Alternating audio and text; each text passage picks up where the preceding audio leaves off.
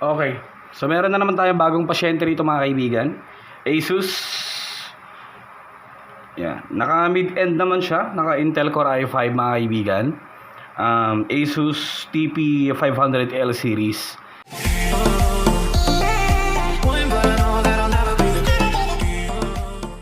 So ang problema dito ni client mga kaibigan is super bagal. Okay. So sa mga ganitong units, syempre older versions na rin ito ng Asus mga kaibigan, no? So, ito malamang ay naka hard drive pa lamang. So na-reformat na rin daw, pero still then same issue na mabagal pa rin, mabagal sa startup, mabagal sa pag-open ng programs and softwares, ay naka Core i5 naman na.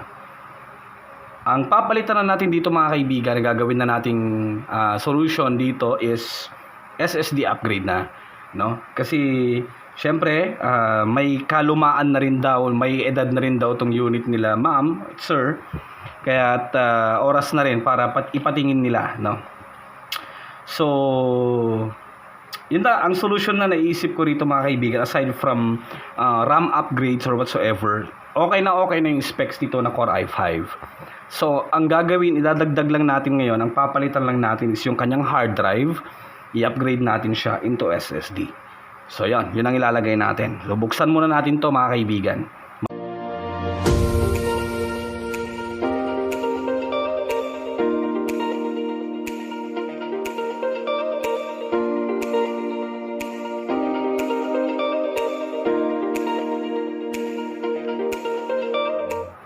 So nabuksan na natin, medyo ni-stress lang tayo mga kaibigan, no? Kasi nga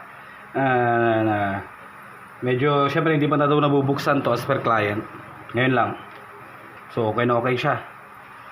Bilisan lang natin konti yung kanyang sobrang dami na.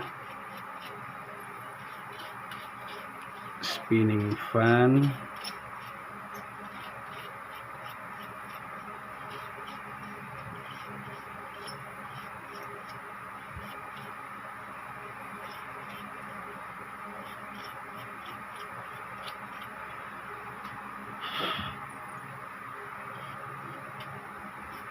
Okay naman. So ito lang yung papalitan natin mga kaibigan, yung kanyang hard drive, no?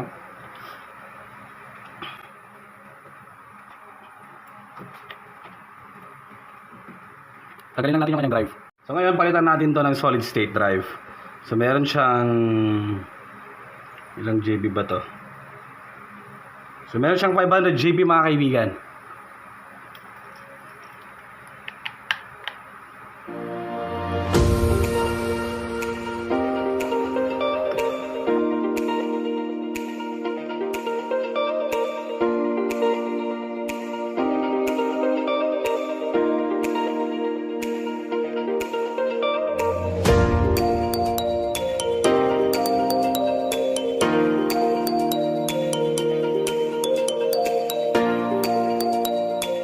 So, nalagyan na natin na bagong operating system. Ngayon, i-test na natin mga kaibigan si Asus TPL500L kung okay na ang boot up niya, mabilis na, at pag-open ng programs and softwares. Kasi yun ang problema ni client.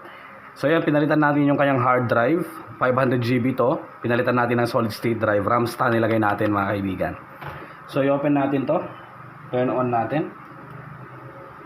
Okay, tignan natin, kaya lang bilang. Basta't kanina, maabot to ng mga ilang minuto. Mga 5 minutes pa ata pinakamatagal mga kaibigan. Yan.